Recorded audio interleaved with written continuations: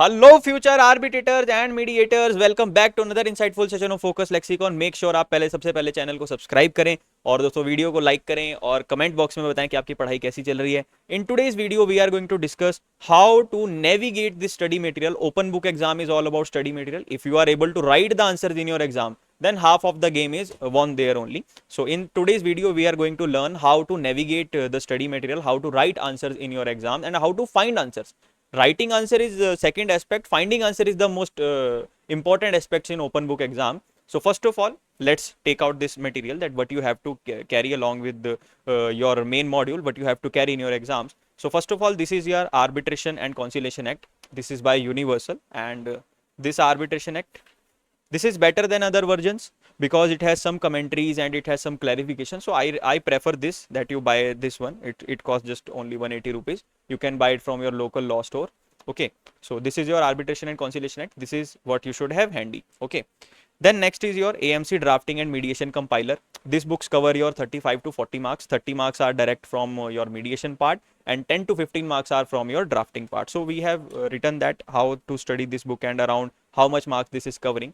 So we have provided you each and everything in detail, that आपको इस book को कब रेफर करना है, कितना रेफर करना है. So it carries around 30 marks from mediation and 10 to 15 marks are from drafting. इसमें आर्बिट्रेशन की ड्राफ्टिंग भी है और मीडिएशन की ड्राफ्टिंग भी है. So this book covers your direct questions only. इसके अंदर डायरेक्ट जितने भी आपके फॉर्मेट्स हैं ड्राफ्टिंग के, उसका भी एक इंडेक्स हमने बनाया कि कहाँ कहाँ पे क्या क्या दिया है. Just you have to write page numbers. You just have to write your page numbers here, and after your drafting part then we have provided you the mediation compiler. So अब दोस्तों सबसे पहले तो आपके पास क्या क्या होना चाहिए. सबसे पहले तो आप मार्केट से ये लेकर के आए दोस्तों, ये सामग्री आपके पास होनी चाहिए. This is what you should have. And इस तरह के दोस्तों आपके पास टैग्स होने चाहिए, मल्टीपल साइज के आपके पास ये टैग्स होने चाहिए. Please get them from market. अब इसके बाद हम सीखते हैं कि इसको यूज़ कैसे करना है, how to tag your books for open book exam. Answer finding कैसे करनी है जी. ठीक है जी, आ जाओ देखो. So let's just start. अच्छा, टैगिंग करने के बाद ना आधा काम तो खत्म ही हो जाता है. टैगिंग करने के बाद आपकी बहुत सारी प्रॉब्लम जो है वो सॉल्व हो जाती है. आपको बार बार इंडेक्स रेफर नहीं करना पड़ता. ठीक है जी, आओ देखते हैं. सो this is your drafting, this is your AMC drafting and mediation compiler. सबसे पहले हम इसके टैग लगाने जा रहे हैं. तो ये देखिए दोस्तों, यहाँ पे सबसे जैसे हमारा arb med arb dispute resolution clause है. So first of all put a tag that arb med and med arb. तो आर्ब मेड या मेड आर्ब का क्लॉज डिस्क्लोज आपका ड्राफ्टिंग का क्वेश्चन आता है, तो you can just take it from here. Then put up a next tag. Now this is your notice to arbitrate. This is your full format of notice to arbitrate. ठीक है जी, ये आपका पूरा का पूरा यहाँ फॉर्मेट गिवन है. Put up a tag here that notice to arbitrate is given here. Then next is your reply to notice to arbitrate. Then your counterclaim for admission of claim, and then write up here admission of claim, denial of claim, and counterclaim. So all these formats are given here. All these formats are given here. Counterclaim, denial of claim. So put up a tag here. Then next is your fifth schedule, sixth schedule and seventh schedule, section number 12. Put up a tag here, fifth, seventh, sixth schedule. Okay जी. सो अभी tag लगाओ दोस्तों, इसके बाद बताता हूँ इसको use कैसे करना है. फर्स्ट ऑफ ऑल आप टैग जैसे जैसे मैं कह रहा हूँ वैसे वैसे आप टैग लगा लो. इसके बाद मैं बताता हूँ इसको रेफर कैसे करना है मटेरियल को. Then next is your expert report. यहाँ पे टैग लगाओ जी, एक्सपर्ट रिपोर्ट का टैग लगाओ यहाँ पे. ठीक है जी. Then next is your format for, ये एक्सपर्ट रिपोर्ट्स के सारे फॉर्मेट हैं, मल्टीपल प्रोफेशनल्स के हैं. देन आपके बुक में क्वेश्चन भी गिवन था स्टेटमेंट ऑफ क्लेम का, जो पेज नंबर 142 पे, तो ये उसका हमने इसका आंसर आपका ड्राफ्ट करके इस बुक में डाला है. इसके ऊपर भी आप टैग लगा सकते हैं. देन इसके बाद आप जाएंगे एफिडेविट का फॉर्मेट. ये रहा जी, आपके पास पेपर में क्वेश्चन आता है affidavit. You just have to click affidavit and you are here directly on the affidavit part. ठीक है जी. Then statement of claim, statement of claim ये रहा जी आपका.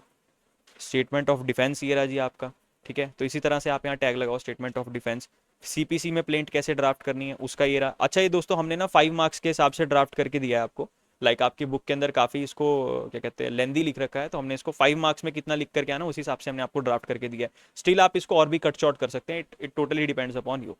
Then next is your award. Arbitral award किस तरह से बनाना है, तो ये मॉडल आर्बिट्रल अवार्ड है. इसका हमने क्लास में भी डिस्कस किया था. वो वाले क्लास नोट्स जो है वो मैंने आपके उसमें ड्राइव में जो है मैंने अपडेट कर दिए हैं. मैं आपको दिखाता हूँ. तो जो हमने इसके क्लास नोट्स बनाए थे कि किस तरह से आपको इसको रेफ़र करना है. ठीक है जी, तो ये मैंने आपके ड्राइव में अपडेट कर दिए हैं सारे के सारे नोट्स जो हमने क्लास में वर्क किया था. किस तरह से हमें ड्राफ्टिंग करनी है, 5 मार्क्स के हिसाब से क्या लिखना है, 10 मार्क्स के हिसाब से क्या लिखना है, आर्बिट्रल अवार्ड कैसे बनाना है. तो जितने भी टेक्निकल पॉइंट्स कवर थे वो मैंने आपको ड्राइव लिंक में डाल के दे दिए हैं. तो यहाँ से आप इसको रेफ़र जो है वो कर सकते हैं जी. ठीक है, तो ये आपका यहाँ पे अपडेट हो चुका है। Now coming back to our, let's come back to our books, tagging जो हम कर रहे थे, आ जाओ जी। तो ये देखो जी, अवार्ड का आपने यहाँ पे टैग लगाया। देन इसके बाद आप आ जाओ जी, सेट असाइड की पिटीशन कैसे फाइल करनी है, चैप्टर 6 का आपका फॉर्मेट है यहाँ पे। तो सेट असाइड की पिटीशन जो आप सिविल कोर्ट में जो फाइल करते हो उसका फॉर्मेट ये रहा जी। देन फास्ट ट्रैक आर्बिट्रेशन के अंदर, ये फास्ट ट्रैक आर्बिट्रेशन का पूरा प्रोसेस है जो आपके बुक में क्वेश्चन दिया था कि सेट ऑफ डॉक्यूमेंट्स प्रिपेयर करने हैं। तो ये पूरे के पूरे सेट ऑफ डॉक्यूमेंट्स जो हमने क्लास में भी प्रिपेयर करके देखे थे, तो ये उसका पूरा का पूरा आपका सेट है। अच्छा, ये हो गया आपका यहाँ पे ड्राफ्टिंग पार्ट खत्म। इसके बाद आपका आता है यहाँ से मीडिएशन, मीडिएशन पार्ट जो आपका स्टार्ट होता है। तो यहाँ पे आप लिखेंगे मीडिएशन कंपाइलर, जहाँ से आपका स्टार्ट होता है, तो यहाँ पे आप मीडिएशन कंपाइलर का टैग लगा लो। अच्छा, mediation part is very much direct, बिल्कुल डायरेक्ट क्वेश्चन आते हैं मीडिएशन के अंदर से। मीडिएशन टेक्निकल इतना होता भी नहीं है, mediation is very very simple process, it's not that difficult. पहले मैं आपको थोड़ा सा मीडिएशन के बारे में आज ब्रीफ करता हूँ। Like see this, come hair.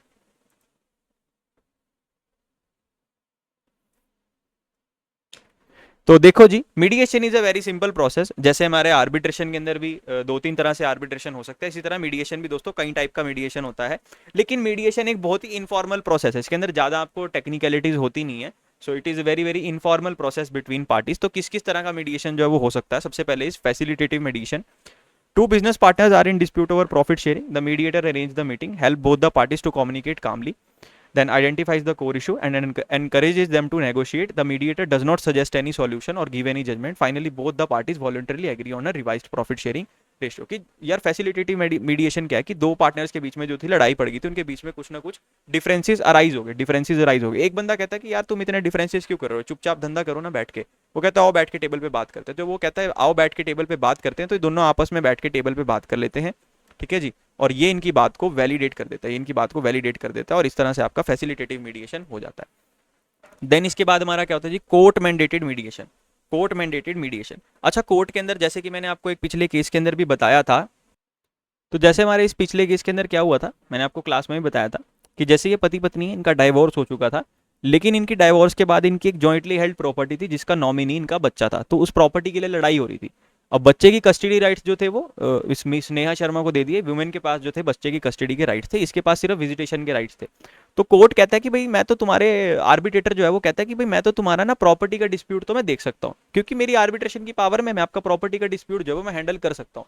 लेकिन जो आपका ये बच्चे वाला केस है कि कस्टडी किसके पास रहेगी, ये आर्बिट्रेबल मैटर ही नहीं, this matter is not arbitrable. तो वो कहता है कि आप इसके लिए जाके आप मीडिएशन में जाके आओ, वहां पे जाके आप सुलह करके आओ। तो ये मीडिएशन में जब जाते हैं वहां जाके कुछ इस तरह का प्रोग्राम बनाते हैं कि जो राज है इसके पास प्रॉपर्टी को बेच के 60% पैसे रहेंगे प्लस विजिटेशन राइट रहेंगे, और प्रॉपर्टी की सेल के 40% प्रोसीड जो है वो नेहा के पास रहेंगे, और इसके पास बच्चे की कस्टडी रहने वाली है। तो इस तरह से मीडिएशन के अंदर जाके वापस आ जाते हैं आर्बिट्रेटर के पास। तो इसी तरह दोस्तों कोर्ट मैंडेटेड मीडिएशन क्या कहती है जी, a husband and wife file a divorce case before the family court, before proceedings with trial the जजेस refer the matter to mediation for amicable settlement, the mediator attempts reconciliation and discussion regarding child custody and maintenance. अच्छा, जब इनका divorce का case चल रहा था ना, उस दौरान भी जो कोर्ट है वो इनको मीडिएशन में रेफर कर देता है कि सर देखो क्या है ना, देखो कोर्ट जो है वो आपका लीगल इश्यूज को हैंडल करता है, जो आपके सेंसिटिव इश्यूज है like your family, like child custody, तो इसके लिए ना उनकी काउंसलिंग करनी बहुत जरूरी होती है। तो इसीलिए कोर्ट इनको क्या करता है, इनको कोर्ट मीडिएशन के अंदर रेफर करता है कि आप एक बार बैठो, सुलह करके आओ, बात करके आओ, अगर आपकी बात बनती है तो ठीक है, नहीं तो उसके बाद फिर हम कोर्ट के अंदर प्रोसीड करेंगे। So second is court mandated mediation, जहां कोर्ट कहता है कि आप मीडिएशन में जाके आओ। Third is evaluative mediation. Two companies dispute over breach of contract. The mediator brings a retired judge, studies the legal strength and weakness of the both party, and suggests that one company may lose if the matter proceeds to court. Based on this evaluation, parties settle the dispute. अच्छा, इन दोनों के बीच में कोई differences चल रहे थे, parties के दो कंपनीज के बीच में किसी कॉन्ट्रैक्ट को लेकर जो है वो क्या कहते हैं डिफरेंसेस चल रहे थे। इसके अंदर वो क्या करते हैं, किसी एक एक्सपर्ट को हायर कर लेते हैं, वो कहते हैं कि सर ऐसा करते हैं, हम किसी एक्सपर्ट को हायर करते हैं जो पूरे के पूरे इसके स्ट्रेंथ्स और वीकनेस को मेजर करके हमको एक डिसीजन दे सके कि सर हमें ये करना चाहिए, ये नहीं करना चाहिए। तो इस केस में क्या करता है एक्सपर्ट इन दोनों के सारे जो फैक्ट्स हैं उनको स्टडी करके इनको बताता है कि देखो अगर आप इस तरह से करोगे ना, अगर आपका ये ब्रीच ऑफ कॉन्ट्रैक्ट का मैटर है, अगर आप इसको इस तरह से प्रोसीड करोगे तो आप जो है इसके अंदर बहुत बल्कि प्लीडिंग्स के अंदर फंस जाओगे, आपके ऊपर इतनी सारी प्रोसीडिंग्स लग जाएंगी, बेमतलब से आपका बिजनेस का बहुत ज्यादा लॉस हो जाएगा। तो इससे बेटर तो ये कि आप अपना यहीं पे सेटलमेंट कर लो। तो इस तरह से दोस्तों ये कॉन्ट्रैक्ट जो है वो रिन्यू कर देते हैं, दोबारा से सेटलमेंट करवा देते हैं। This is evaluative mediation. Then next is transformative mediation. Two brothers are fighting over ancestral property and had stopped speaking for years. The mediator focuses on rebuilding trust, improving communication, and helping them understand each other's emotion. Eventually, their relationship improves and they resolve the dispute. Peacefully. अच्छा, ये इस case के अंदर क्या हुआ कि दो भाई थी, उनके प्रॉपर्टी के लिए हो गया लड़ाई, प्रॉपर्टी के लिए लड़ाई हो गई, तो मैं नहीं बात करता जिससे, वो कहता मैं भी नहीं बात करता। तो अब ये कहते हैं भाई जब बात ही नहीं करोगे तो फिर मैटर सॉल्व कैसे होगा, अगर आप बात ही नहीं करोगे तो फिर मैटर सॉल्व कैसे होगा। तो जो बीच का बंदा आता है ये इन दोनों, इसको भी समझाता है, इसको भी समझाता है, इनके बिहाफ पे कम्युनिकेशन करता है, तो इसके बाद ये जो है पीसफुली अपना मैटर सॉर्ट आउट कर लेता है। तो दिस इज ट्रांसफॉर्मेटिव मीडिएशन। इसको इसकी अच्छी अच्छी बातें बताएगा, इसको इसकी अच्छी अच्छी बातें बताएगा, और इनका जो है प्रॉपर्टी का सेटलमेंट करवा देगा। Then next is narrative mediation.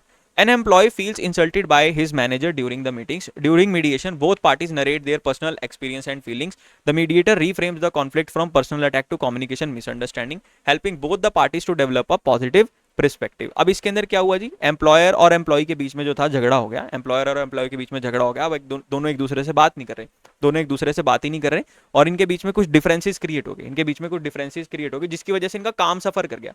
अब जब इनका काम सफर किया तो यहाँ पे तीसरा बंदा आता है, वो कहता है कि यार क्या प्रॉब्लम है भाई, काम तो आपको इकट्ठे ही करना है ना। तो हो सकता है उसने बात आपको कही ना हुई हो सकता है वो कहना कुछ और चाह रहा हो, आप समझ कुछ और गए हो। तो यहाँ पे जो है कम्युनिकेशन के थ्रू इनकी मिसअंडरस्टैंडिंग्स को क्लियर करके आपका एक मीडिएशन जो है वो कर देता। तो this is narrative mediation, narrative mediation. Then next is your med-arb. A labor union and factory management first try mediation regarding worker salary. When mediation fails, the same neutral party acts as arbitrator and passes a binding award deciding the salary structure.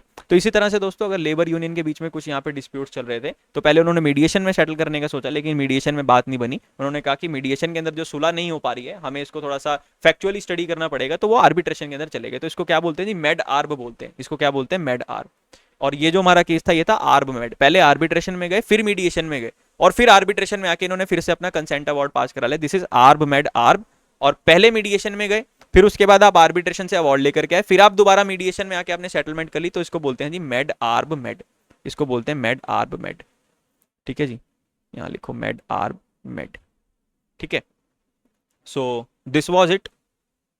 इसके बाद हमारी एक तरह की और जो mediation होती है that is ad hoc mediation versus institutional mediation. अब एडहॉक और इंस्टीट्यूशनल के अंदर क्या फर्क है, इसके अंदर कोई ज्यादा बड़ा फर्क नहीं है दोस्तों। एडहॉक मीडिएशन जो होती है वो पार्टीज अपने बिहाफ पे करती हैं। अब एडहॉक मीडिएशन किसी भी टाइप की हो, अब जैसे कि हमने पढ़ी फैसिलिटेटिव मीडिएशन, नैरेटिव मीडिएशन, इनमें से एडहॉक मीडिएशन किसी भी टाइप की हो सकती है।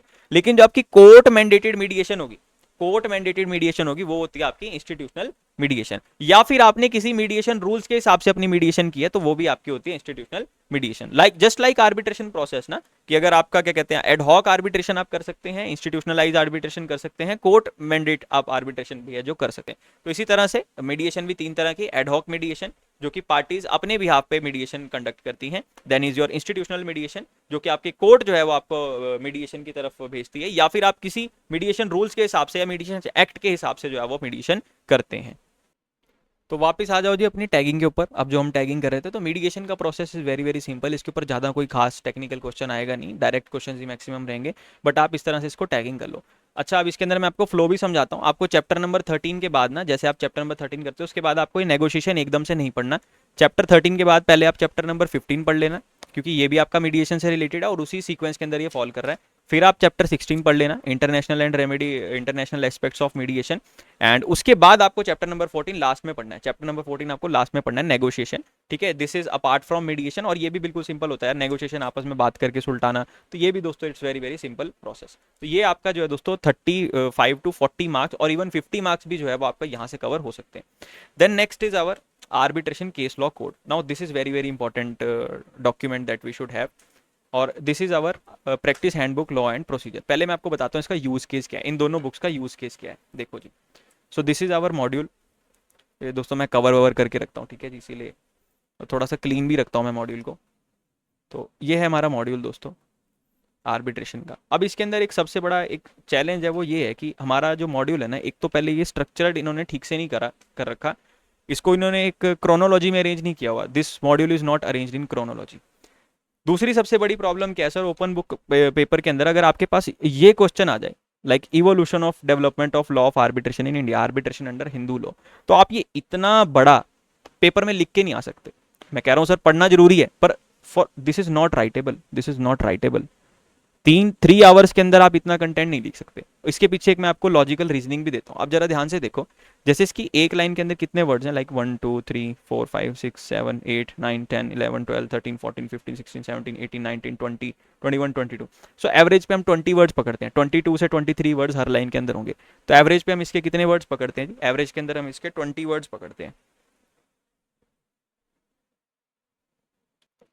और अगर हम इसकी लाइंस देखें, अब इसके बाद अगर हम ये लाइंस देखें, ये जितनी भी हमारी लाइंस हैं, अप्रोक्सीमेटली ये 20 लाइंस होंगी। तो 20 × 20 आपको 400 वर्ड्स ये आपके आ जाएंगे, 400 वर्ड्स के अप्रोक्स ये बनेगा। तो आपका वर्ड काउंट इसमें 400 वर्ड्स का बन रहा है। तो आप 400 वर्ड्स 5 मार्क्स के लिए लिखना इज नेक्स्ट टू इम्पॉसिबल। तो इसके लिए हमने आपके लिए क्या किया दोस्तों, this is your practice handbook law and procedure. इसके अंदर हमने आपके लिए ready to write answer format के अंदर आपको सब कुछ प्रोवाइड किया कि आप लिख के आ सको पेपर में। ठीक है जी। So this covers your 30 to 35 marks direct question. इसके अंदर से आर्बिट्रेशन के डायरेक्ट क्वेश्चन इसमें से कवर्ड है। ठीक है, ready to write conceptual question, question answer format के अंदर हमने आपका सारा का सारा इसमें सिलेबस को अरेंज किया। फॉर एग्जांपल आपके पास यही क्वेश्चन आता है, evolution and development of arbitration law in India. तो ये दोस्तों आप 5 मार्क्स के लिए ये लिख करके आ सकते हो आप।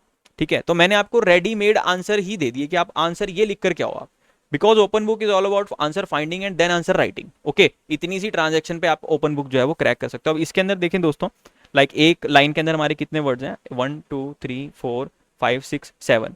तो 6 to 7 वर्ड्स हैं, और कुछ कुछ के अंदर हमने एक वर्ड या 3 वर्ड इस तरह से। तो अगर हम 5 का भी एवरेज लें तो 5 वर्ड्स इंटू 10, तो 50 to 60 वर्ड्स के अंदर अगर हम इसको कवर कर पा रहे हैं तो that is really big thing ना। अगर 50-60 वर्ड्स के अंदर आप अपना आंसर लिख पा रहे हो, और इवन अगर आप 100 वर्ड्स के अंदर भी अपना आंसर लिख पा रहे हो, तो कहाँ 400 वर्ड्स, कहाँ 100 वर्ड्स। तो इस चीज़ का दोस्तों एक बड़ा टेक्निकल इंपैक्ट पड़ता है। तो ये आपको इस तरह से ready to write answer format है। जितने भी इसके अंदर डायरेक्ट क्वेश्चंस बनते हैं ना आर्बिट्रेशन पार्ट के अंदर, वो सारे के सारे आपके यहाँ पे कवर्ड है जी, ready to write answer format के अंदर। ठीक है जी, और ये सारे के सारे आपके यहाँ पे ready to write answer format के अंदर कवर्ड है।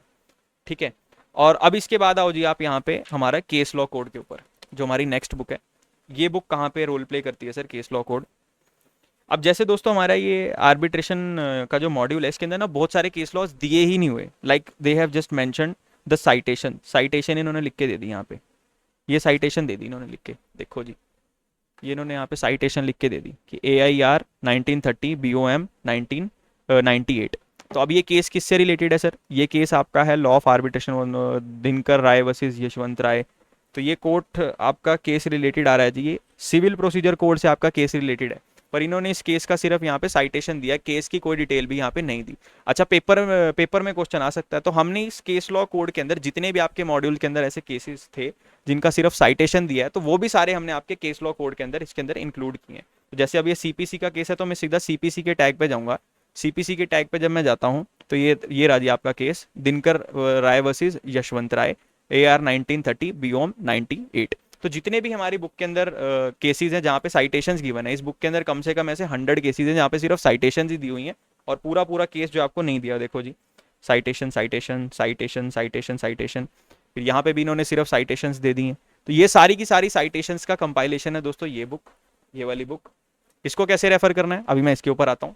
पहले मैं आपको बता रहा हूँ कि इसका यूज केस क्या है, और ये भी ready to write answer format में। सबसे पहले इसमें पूरा मास्टर इंडेक्स है कि मॉड्यूल में कौन से पेज के ऊपर आपकी साइटेशन गिवन है, ये मैंने मॉड्यूल के पेज नंबर्स भी लिखे हैं। देन केस रेफरेंस क्या है, उसका साइनॉप्सिस क्या है, फिर कौन से सेक्शन वाइज वो अरेंज है। ठीक है जी, उसके बाद ये सारे के सारे आपके ready to write answer format के अंदर आप डायरेक्टली इसको पेपर के अंदर लिख करके आ सकते हो। अच्छा, अब देखो सर, अब बात करते हैं इसकी नेविगेशन की। अब बात करते हैं इसकी नेविगेशन की, इसको नेविगेट कैसे करना है। सर जैसे हमारा आर्बिट्रेशन एक्ट है, this is our arbitration act, इसकी खास बात क्या होती है, सेक्शन वाइज अरेंज होता है। सेक्शन वाइज अरेंज होता है। अगर आपको सेक्शन नंबर 2 पे जाना है तो आपको सिर्फ ये पता है कि मेरे को सेक्शन नंबर 2 के ऊपर जाना है, तो ये रहा आपका सेक्शन नंबर 2। अगर आपके पास क्वेश्चन सेक्शन 2 का आता है तो आप सेक्शन 2 में ही ढूंढोगे ना दोस्तों। अगर आपके पास क्वेश्चन सेक्शन 2 का आ रहा है तो आप सेक्शन 2 पे जाओगे सीधा। क्वेश्चन सेक्शन 7 का आ रहा है तो आप सेक्शन 7 पे जाओगे सीधा। यही होता है ना बेयर एक्ट का फायदा, कि अगर मेरे पास क्वेश्चन सेक्शन 7 का तो मैं सिर्फ सेक्शन 7 में जाऊंगा ना, मैं पूरा आर्बिट्रेशन एक्ट थोड़ी ढूंढूंगा। अगर मेरे पास क्वेश्चन सेक्शन 11 का आ रहा है तो फिर मैं सिर्फ सेक्शन 11 पढ़ूंगा ना, सेक्शन 11 या इससे जो भी रिलेटेड प्रोविजन है। मुझे पूरा आर्बिट्रेशन एक्ट पढ़ने की तो नीड नहीं है। As a lawyer also if question is arising out of section 11 then I should refer section 11 only ना, और the related provision that are connected with section 11 I should refer that only. I should not refer the whole arbitration act at once. तो यही दोस्तों सबसे बड़ा challenge था जो paper के अंदर आता है कि आपकी पूरी बुक में केस लॉज कहीं कहीं पे कुछ कुछ दिए हुए हैं, किसी चैप्टर में कुछ केस लॉज दिए, किसी चैप्टर में कुछ केस लॉज दिए। तो अब ये बुक जो आपकी अरेंज है दोस्तों, ये सेक्शन वाइज अरेंज है कि सेक्शन 2 का केस लॉ, सेक्शन 7 के सारे केस लॉ बुक में कहीं भी दियो, पेज नंबर 21 पे, 96 पे, 93 पे, ऐसे आप बुक में नहीं ढूंढ पाओगे। लेकिन सेक्शन 7 के जितने भी केसेस हैं मैंने सारे एक जगह पे अरेंज कर दिए। तो अगर सेक्शन 7 का कोई भी केस आता है पूरी बुक में, आपके मॉड्यूल में कहीं पर भी गिवन हो, इस मॉड्यूल में कहीं पर भी गिवन हो, उससे आपको कोई फर्क नहीं पड़ेगा। यहाँ पे वो सीक्वेंस में गिवन है। सेक्शन 7 के सारे केस लॉ ये रहे। सेक्शन 11 का अगर कोई आपके पास क्वेश्चन पूछता तो सेक्शन 11 के सारे केस लॉज मैंने यहाँ अरेंज कर दिए मॉड्यूल में, चाहे वो कहीं पर भी गिवन हो। ठीक है जी। तो दोस्तों इस पे काफी मेहनत लगी है बुक के ऊपर। तो सेक्शन 11 के केसेस देखने आपको, सिर्फ अगर आपके पास सेक्शन 11 का क्वेश्चन आता है तो आपको बस ये 10 केस देखने, पूरी बुक ढूंढने की रिक्वायरमेंट नहीं है जी। इसके इसी तरह से सेक्शन 12, सेक्शन 13, सेक्शन 17, तो ये बिल्कुल सेक्शन वाइज जो है हमारा पूरा का पूरा केस लॉ कोड अरेंज्ड है कि कौन सा सेक्शन वाइज आपको केस लॉज इसमें देखने हैं। अगर सेक्शन 34 का आता है तो आपको सिर्फ सेक्शन 34 के केसेस जो है वो देखने हैं। अच्छा, उसके बाद अगर हम बात करते हैं सेक्शन 34 के बाद, जैसे हमारे सेक्शंस खत्म होते हैं इसके बाद कुछ principle based case law start हो जाते हैं। जैसे कोई कॉन्स्टिट्यूशन का केस लॉ है, कोई सीपीसी का केस लॉ है, ठीक है जी, और किसी केस लॉ के अंदर आईबीसी का इन्वॉल्वमेंट है, किसी में इंडियन एविडेंस एक्ट का इन्वॉल्वमेंट है, तो वो भी सारे मैंने इकट्ठे अरेंज कर दिए। लाइक इंडियन एविडेंस एक्ट के केसेस सारे के सारे एक ही जगह पे अरेंज्ड हैं। इंडियन एविडेंस एक्ट के सारे केसेस एक ही जगह पे अरेंज। इसी तरह से अगर आपके पास इंटरनेशनल आर्बिट्रेशन का केस आता है, फॉरेन अवार्ड का केस आता है, तो वो भी सारे के सारे यहाँ पे इसी तरह से रेंज है। तो ये मास्टर इंडेक्स है दोस्तों, हर बुक का अलग इंडेक्स है। लाइक आपको एक अगर आपको ये बुक रेफर करनी है तो इसका मास्टर इंडेक्स बिल्कुल ही अलग है। इसका जो हमने मास्टर इंडेक्स बनाया वो कंसोलिडेटेड इंडेक्स है, तो ये इस बुक के हिसाब से इंडेक्स बड़ा रेलेवेंट है। और मास्टर इंडेक्स जो हमारा केस लॉ कोड का है वो इसके हिसाब से इसका मास्टर इंडेक्स है। तो हर बुक के अंदर हमने सेपरेट इंडेक्स जो है वो आपको प्रोवाइड किया है, सो दैट आप फटाफट से अपने आंसर जो है वो ढूंढ पाओ। इसी तरह से मीडिएशन का जो हमारा मीडिएशन और ड्राफ्टिंग का है, तो इसका मास्टर इंडेक्स मैंने आपको अलग से दिया। तो तीनों का मैंने मास्टर इंडेक्स जो है बिल्कुल अलग से ड्राफ्ट करके आपको दिया है। ठीक है जी। अब आ जाओ आप इसके ऊपर, लिमिटेशन एक्ट का अगर कोई केस आता है तो लिमिटेशन एक्ट के सारे केसेस एक जगह पे, सेबी के सारे केसेस एक जगह पे। तो आपको केस ढूंढना बहुत आसान है, आपका सर्चिंग का स्कोप बहुत कम हो जाएगा इसके अंदर, और आपको फटाफट से जो केसेस मिलने वाले। एमएसएमई के सारे केसेस एक जगह। अच्छा, अब आ जाओ जी, टैग लेके आओ अपने सारे के सारे, ये वाले टैग्स दोस्तों आप अपने साथ लेकर के आओ, और जहां जहां मैं कह रहा हूँ वैसे वैसे टैग लगाओ। तो सबसे पहले हमारा डोमेस्टिक अवार्ड से स्टार्ट होता है, तो ये सारे के सारे केसेस हमारे डोमेस्टिक अवार्ड के हैं। जैसे हमारा डोमेस्टिक अवार्ड खत्म होता है इसके बाद एक केस यहाँ पे, जैसे हमारा कॉम्पिटेंस का इंपॉर्टेंट केस है, तो यहाँ टैग लगाओ कॉम्पिटेंस। फिर इसके बाद हमारे इंटरिम रिलीफ के केसेस स्टार्ट हो जाते हैं सेक्शन 17 से, तो यहाँ टैग लगाओ जी इंटरिम रिलीफ। फिर इसके बाद हमारे इंटरेस्ट के केसेस स्टार्ट हो जाते हैं, pendente lite interest, pre award interest, तो यहाँ पे टैग लगाओ जी पेंडेंटे लाइट इंटरेस्ट और प्री अवार्ड इंटरेस्ट। सेक्शन 31 के केसेस यहाँ से स्टार्ट हो जाते हैं। फिर इसके बाद टैग लगाओ जी set aside, award set aside करने के सेक्शन 34 के केसेस यहाँ से स्टार्ट हो रहे हैं, यहाँ लगाओ सेट असाइड। तो सेट असाइड का कोई भी क्वेश्चन आता है आपको सीधा इधर ही आना है। इंटरेस्ट का कोई भी क्वेश्चन आता है सिर्फ आपको यहाँ तक, आपका सर्च डोमेन कहाँ से कहाँ तक हो गया सर, आपका सर्च डोमेन यहाँ से लेकर के बस यहाँ तक है। ये 4 पेज में ढूंढना है आपको, इस 4 पेज में आपको आपका आंसर मिल जाएगा। देन इसके बाद आ जाओ जी, जब हमारा ये 34 खत्म होता है, अब 34 के अंदर काफी सारे केसेस हैं हमारे। जैसे ही हमारा सेक्शन 34 जो है वो खत्म होता है उसके बाद आप आ जाओ फॉरेन अवार्ड्स के ऊपर, तो यहाँ लगाओ फॉरेन अवार्ड्स। तो अगर आपके पास सेट असाइड का कोई क्वेश्चन आता है तो आपका सर्च डोमेन कितना है सर, सेट असाइड से लेके फॉरेन अवार्ड तक है, इसके बीच में आपको ढूंढना है। तो इस तरह से दोस्तों टैगिंग करके हम ओपन बुक के अंदर फटाफट से अपने आंसर ढूंढ सकते हैं। अब फॉरेन अवार्ड पे टैग लगाया आपने, इसके बाद जहां आपका फॉरेन अवार्ड आपके खत्म हो रहे हैं, इसके बाद 2 केस इसके अंदर जो इंसॉल्वेंसी का, पूरी बुक में इंसॉल्वेंसी की सिर्फ 2 ही केस हैं। अब पूरी बुक में आप ढूंढोगे कि दोनों अलग अलग पेज पे बहुत दूर दूर गिवन है, तो यहाँ पे मैंने इन दोनों को एक ही जगह पे रख दिया है। तो ये इंसॉल्वेंसी का यहाँ पे टैग लगाओ जी, इंसॉल्वेंसी का क्वेश्चन आता है तो ये यहाँ पे आपको मिल जाएगा। फिर सारफेसी का अगर कोई क्वेश्चन आता है तो पूरी बुक में सारफेसी का एक ही क्वेश्चन है, तो वो ये आपको यहाँ पे सारफेसी का टैग लगा लो। फिर इसके बाद जब आपके ये सारे कुछ खत्म हो जाते हैं, फिर आपके कुछ प्रिंसिपल बेस्ड केसेस चल रहे हैं, अगर उनमें कहीं नहीं मिलता तो इन प्रिंसिपल बेस्ड केसेस के अंदर आप अपना केस ढूंढ सकते हैं। तो नेक्स्ट टैग आप क्या लगाएंगे जी, नेक्स्ट टैग आप लगाएंगे सर, ये आपके इंडियन एविडेंस एक्ट का कोई क्वेश्चन आता है तो आप इंडियन एविडेंस एक्ट के हिसाब से यहाँ से सारा का सारा आपका पूरा ये गिवन है, इंडियन एविडेंस एक्ट ये रे, तो ये सारे के सारे केसेस आपके यहाँ पे कवर्ड है। तो यहाँ पे आप इंडियन एविडेंस एक्ट का एक टैग लगा लो, इंडियन एविडेंस एक्ट। तो एविडेंस एक्ट का कोई भी क्वेश्चन आता है तो you have to search within this case laws only. इसके बाद आप लगाओ जी, इसके बाद आप लगाओ यहाँ पे लिमिटेशन एक्ट का लगाओ जी। यहाँ पे ये सारे के सारे केसेस आपके लिमिटेशन के हैं, पूरी बुक में कहीं भी गिवन हो लिमिटेशन का क्वेश्चन आपको यहाँ से मिल जाएगा, तो यहाँ टैग लगाओ जी लिमिटेशन एक्ट का। देन इसके बाद आप टैग लगाओ जी अपना स्टैम्प एक्ट का। स्टैम्प एक्ट का कोई भी क्वेश्चन आ रहा है तो ये सारे के सारे आपके आर्बिट्रेशन प्लस स्टैंपिंग से रिलेटेड कोई भी क्वेश्चन आता है तो ये सारे के सारे यहाँ पे हमने कंसोलिडेट कर रखे, तो स्टैम्प एक्ट के क्वेश्चन केस लॉज आपको यहाँ से मिल जाएंगे। इसके बाद सेबी से रिलेटेड अगर कोई भी केस लॉ आता है तो ये सारे के सारे सेबी के हमने एक ही जगह पे अरेंज किए हैं, तो यहाँ पे सेबी का आप एक टैग लगा दो। तो सेबी से रिलेटेड आपको ढूंढना है तो सिर्फ इन केसेस के अंदर ढूंढना है। फिर अच्छा इसके बाद आपका एक बल्कि प्लीडिंग्स का केस है, तो ये बल्कि प्लीडिंग्स के केस पे आप टैग लगाओ। इसके बाद आपका लास्ट में एमएसएमई एक्ट के जो केसेस हैं उनके ऊपर आप टैग लगा लो, ये रहे आपके एमएसएमईडी एक्ट के केसेस। तो ये आपका इस तरह से दोस्तों आप इसको नेविगेट करने वाले हैं। अच्छा इसके अलावा भी आप टैग लगा सकते हैं, जैसे आप इस बुक को पढ़ेंगे आपको लगता है कोई केस इससे ज़्यादा इंपॉर्टेंट है तो आप ये वाले एरिया को यूटिलाइज कर सकते हैं टैग्स लगाने के लिए। यहाँ ऊपर आप टैग्स लगा सकते हैं, ठीक है जी। यहाँ पे आप ऊपर वाला पूरा का पूरा पोर्शन जो है वो यूज़ कर सकते हैं अपना, तो this portion you can use for your reference also. तो tagging is very very important in your open book exams. Open book exam के अंदर दोस्तों टैगिंग की बहुत बड़ी वैल्यू होती है, इंडेक्स से ज़्यादा आपको टैगिंग जो है वो आपका सर्च डोमेन छोटा करेगी टैगिंग, तो tagging is very very important. अब आ जाओ जी आपके नेक्स्ट बुक के ऊपर, that is your practice handbook law and procedure, ठीक है जी। इसके ऊपर बात करते हैं। तो सबसे पहले आपने टैग लगाना है जी यहाँ पे जो हमारा आर्बिट्रेशन का मास्टर प्रोसेस है, ठीक है जी। ये मास्टर, ये मॉड्यूल में कहीं नहीं इसमें कुछ भी गिवन, ये एक क्या कहते हैं टेक्निकल अंडरस्टैंडिंग के लिए मैंने आपको प्रिलिमिनरी और मास्टर प्रोसेस दिया है ताकि आप समझ सको कि आर्बिट्रेशन की प्रोसीडिंग्स किस तरह से हो रही हैं। तो ये फ्लो चार्ट के ऊपर आप टैग लगाओ, प्रोसेस एंड प्रिलिमिनरी स्टडी। तो यहाँ पे टैग लगाने के बाद आप देखो जी ये सारा का सारा आपका डेफिनेशन क्लॉज है आर्बिट्रेशन का। तो ये प्रिलिमिनरी स्टडी है, कुछ भी पढ़ने से पहले आपको ये जरूर पढ़ के जाना है, ठीक है जी। तो यहाँ पे आप टैग लगाओ। देन उसके बाद जो हमारे यहाँ पे चैप्टर स्टार्ट हो जाते हैं, like chapter number 1, chapter number 1 के अंदर जो भी हमारे डायरेक्ट क्वेश्चंस बनते हैं तो इनके ऊपर आप यहाँ पे आसानी से टैग लगा सकते हो। अच्छा अब इसको नेविगेट कैसे करना है, पहले इसकी नेविगेशन समझते हैं, फिर मैं आपको टैगिंग के बारे में बताता हूँ। आ जाओ जी दोस्तों। सबसे बड़ी जो प्रॉब्लम है ना, सबसे बड़ी जो प्रॉब्लम है, बच्चा ना सीक्वेंस नहीं बना पाता कि सर पहले क्या पढ़ूं और बाद में क्या पढ़ूं। इसको इंपॉर्टेंट नॉन इंपॉर्टेंट नहीं गिनते सर, इसको हम गिनते हैं टेक्निकल और नॉन टेक्निकल।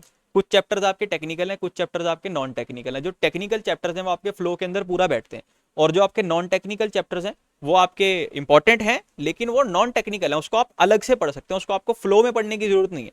तो अगर आपका स्टडी फ्लो ठीक है ना तो आपका जो सिलेबस है वो फटाफट से कवर होगा, आपको पता रहेगा कि इस स्टेप के बाद ये हो रहा है। अब जैसे हम रामायण पढ़ते हैं या महाभारत अगर हम देखते हैं तो उसके अंदर क्या है कि पहले आपका वनवास हुआ, फिर सीताहरण हुआ, फिर ही तो युद्ध हुआ। यही तो क्रोनोलॉजी तो यही थी ना। अगर पहले युद्ध पढ़ लोगे, भी पहले युद्ध हो गया, बाद में आपका वनवास हुआ, सीताहरण हुआ था, इस वजह से आपका युद्ध हुआ, तो ये आपकी क्रोनोलॉजी फिट नहीं बैठेगी, आपके माइंड के ऊपर एक बड़ा बर्डन पड़ जाएगा। तो इसी तरह से दोस्तों जो हमारी स्टडी होती है ना, इसी तरह से हमने इन चैप्टर्स को डिवाइड किया है। तो जब मैं दोस्तों पढ़ता था तो मैं भी इनको टेक्निकल और नॉन टेक्निकल के अंदर जो है वो डिवाइड कर देता था। ये देखो मैंने अपने मॉड्यूल के अंदर लिख रखा था कि ये टेक्निकल है, ये मोस्ट टेक्निकल है, नॉन टेक्निकल है। तो जो नॉन टेक्निकल होते हैं वो प्रोसेस फ्लो में ठीक नहीं बैठते, तो इनका हमें प्रोसेस बनाना पड़ता है कि किस तरह से हमारा स्टेप 1 क्या है, स्टेप 2 क्या है, स्टेप 3 क्या है, पहले कौन सा चैप्टर पढ़ना है, बाद में कौन सा चैप्टर पढ़ना है, सो दैट हमारा टाइमिंग जो है उसमें रिड्यूस हो सके और हमारा जो आउटपुट है वो बढ़ सके। कम से कम समय में ज़्यादा से ज़्यादा पढ़ने के लिए आपको जो है उसको टेक्निकली स्टडी करना पड़ता है, आपको जो है उसे क्रोनोलॉजी के अंदर स्टडी करना पड़ता है। तो आओ दोस्तों यही क्रोनोलॉजी हम देखते हैं। तो सबसे पहले आपको क्या करना है जी, step 1 complete the arbitration and conciliation act.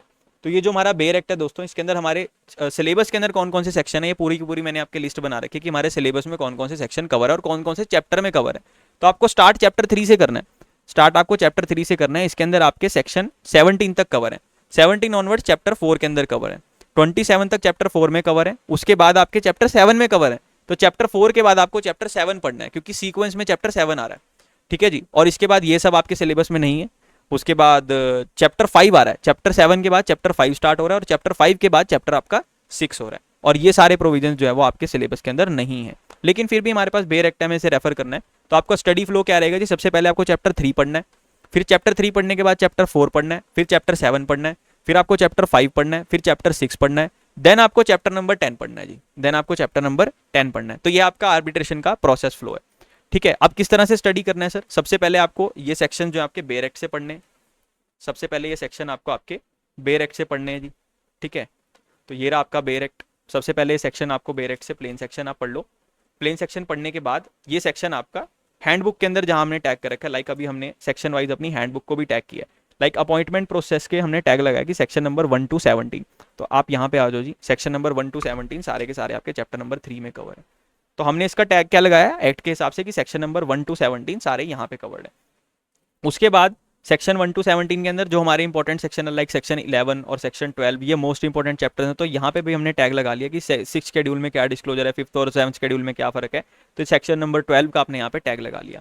Then इसके बाद आप लगाओ जी टैग कंडक्ट सेक्शन 18 और 27 के। इसके बाद आपकी प्रोसीडिंग्स कैसे हो रही हैं, तो ये हमने सेक्शन वाइज इसको भी अरेंज करा है। 1 to 17 यहाँ थे, 18 to 27 यहाँ पे। ठीक है जी। अब 18 टू 27 के बाद आपके चैप्टर 7 के अंदर चले गए, तो हमने यहाँ पे टैग लगाया कि सेक्शन 28 29 भी यहाँ पे आपके चैप्टर 7 के अंदर है।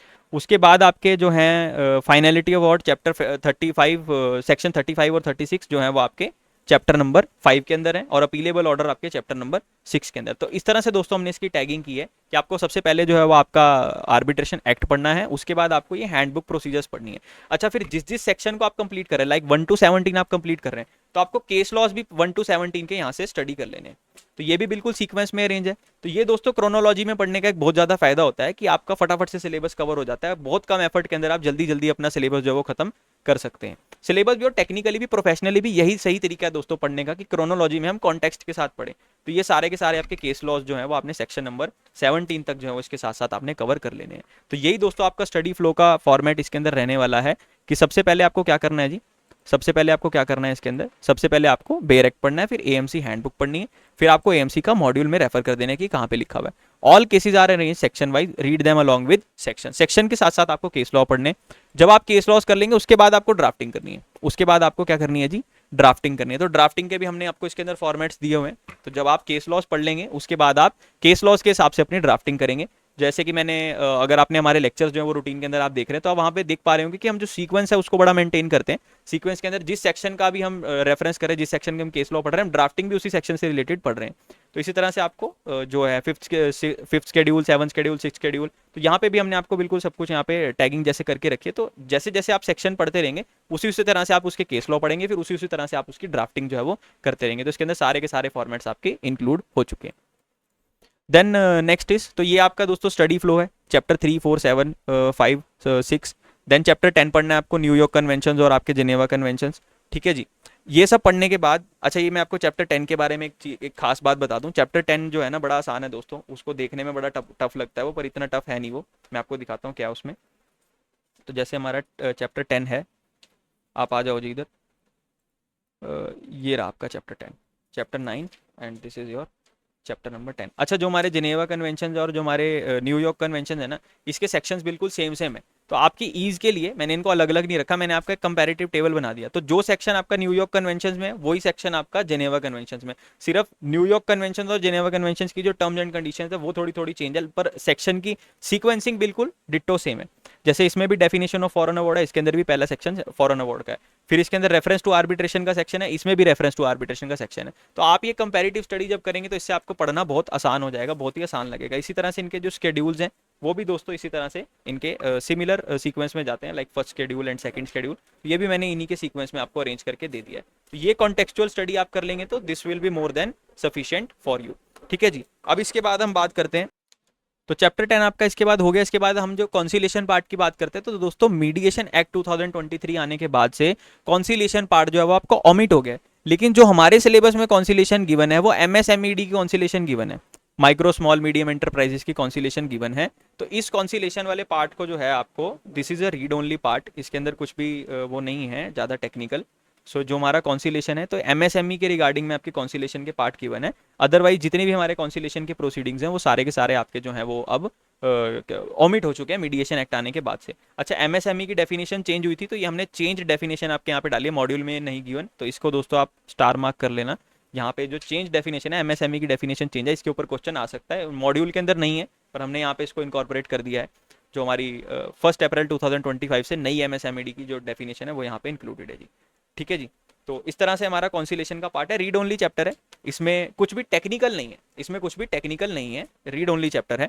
अब देखें दोस्तों, इसके बाद आपको क्या करना है जी, अब step 3, now refer chapter number 9। अब जब आपका ये सब कुछ करके हो गया ना, अब आप चैप्टर नंबर 9 के ऊपर आ जाओ। जब आपने इंटरनेशनल कमर्शियल आर्बिट्रेशन पढ़ लिया, ये वाला चैप्टर 10, चैप्टर 10 के बाद आपको यहां से कॉन्सिलेशन रेफर नहीं करना, कॉन्सिलेशन पार्ट ओमिटेड है। चैप्टर 10 के बाद आपको पढ़ना है जी chapter number 9, conceptual framework of international commercial arbitration. तो this is a read only chapter, this is a read only chapter, read only.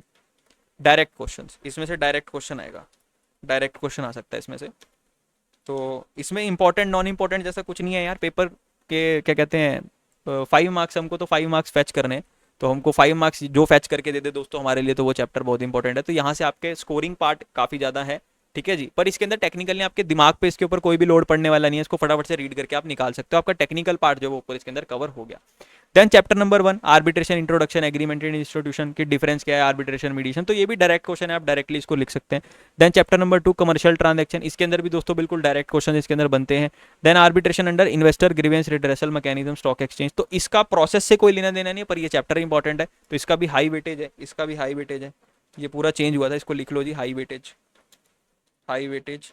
इसके अंदर से आपका 5 to 10 मार्क्स का आ सकता है, इससे ज़्यादा आने की उम्मीद इसमें से नहीं है, 5 to 10 मार्क्स इसके अंदर से आपका आ सकता है। ठीक है जी।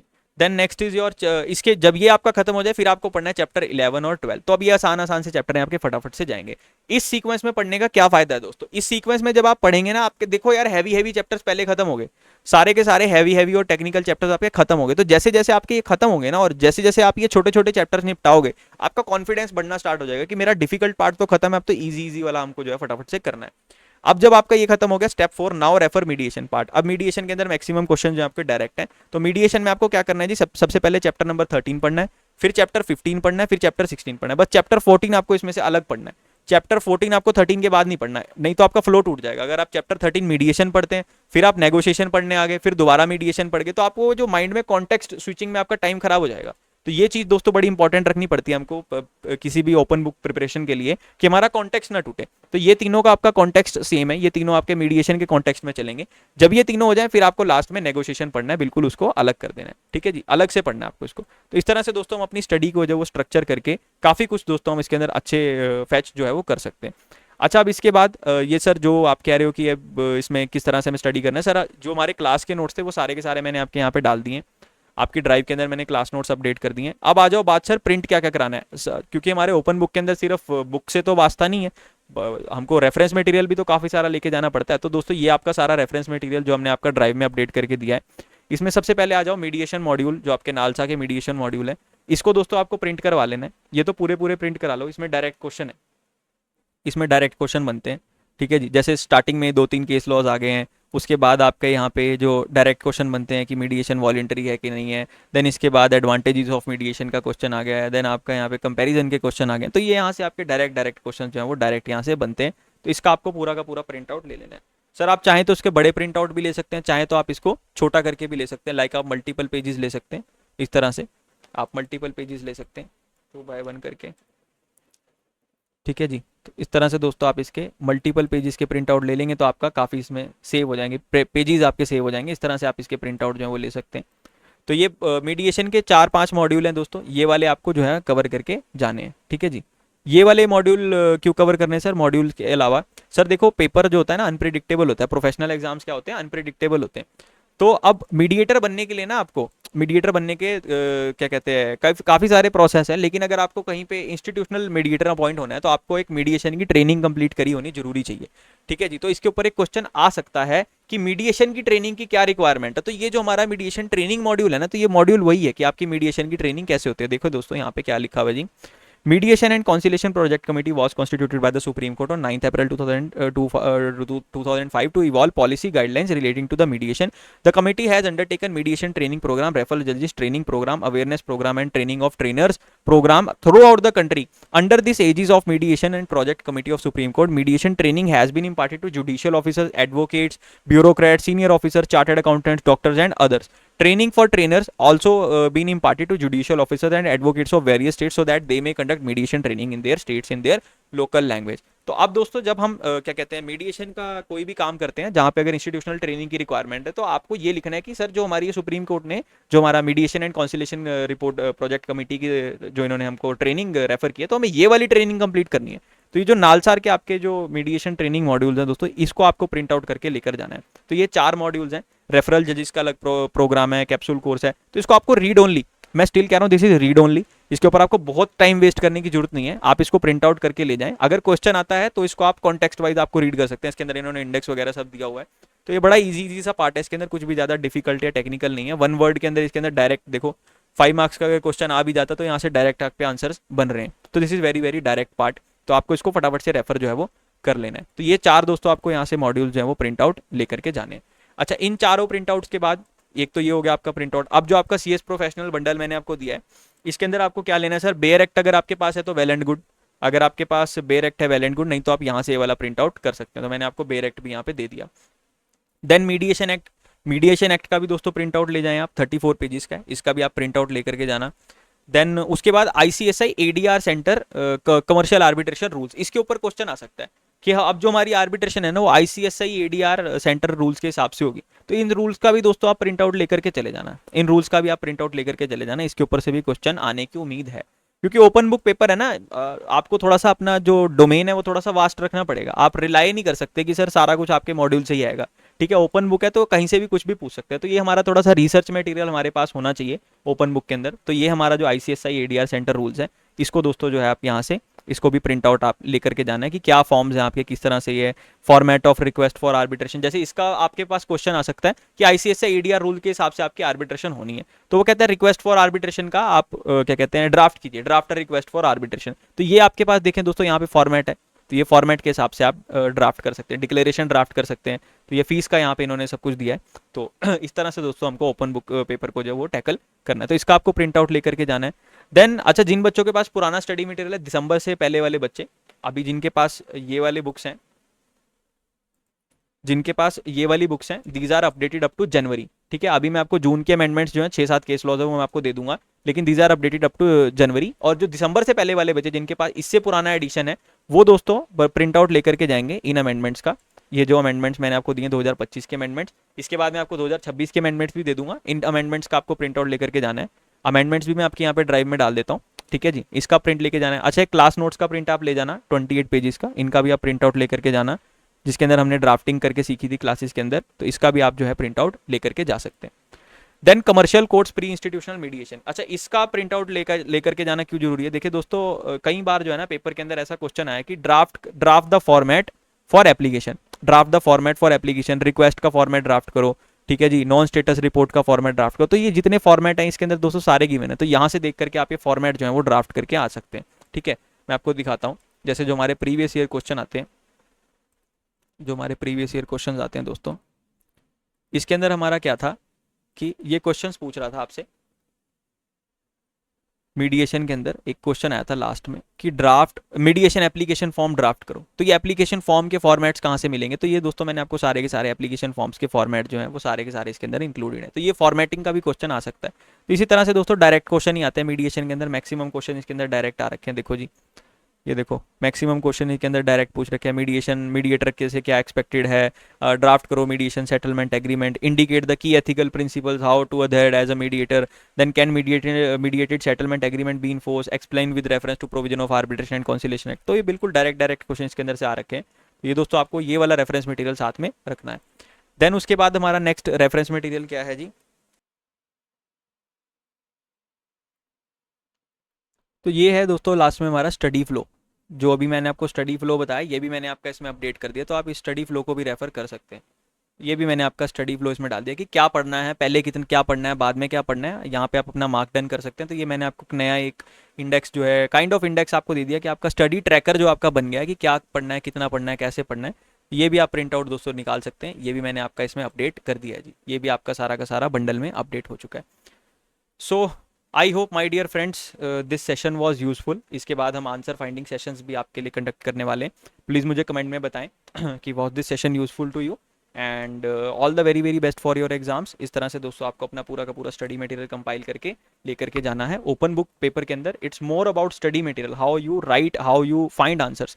So Focus Lexicon is more focused about providing you high quality study material so that you can ace your exams, you can directly write your exams. So these all books are arranged in ready to write answer formats that are specifically designed for your CS professional open book exams and also for your professional reference. For example, like tomorrow you start to practice arbitration act. Like if you are having any confusion in any of the provision, then you can just directly refer the case laws. Okay, so these are arranged in sequence only, and this book is also arranged in sequence. So if you are finding any difficulty in your professional practice, so you can just section wise, you can search your cases section wise, you can search your cases like topic wise, you can search your cases. So this book is professionally also relevant and academically also very very relevant. So this was from my side. Thank you very much and all the very very best for your exams.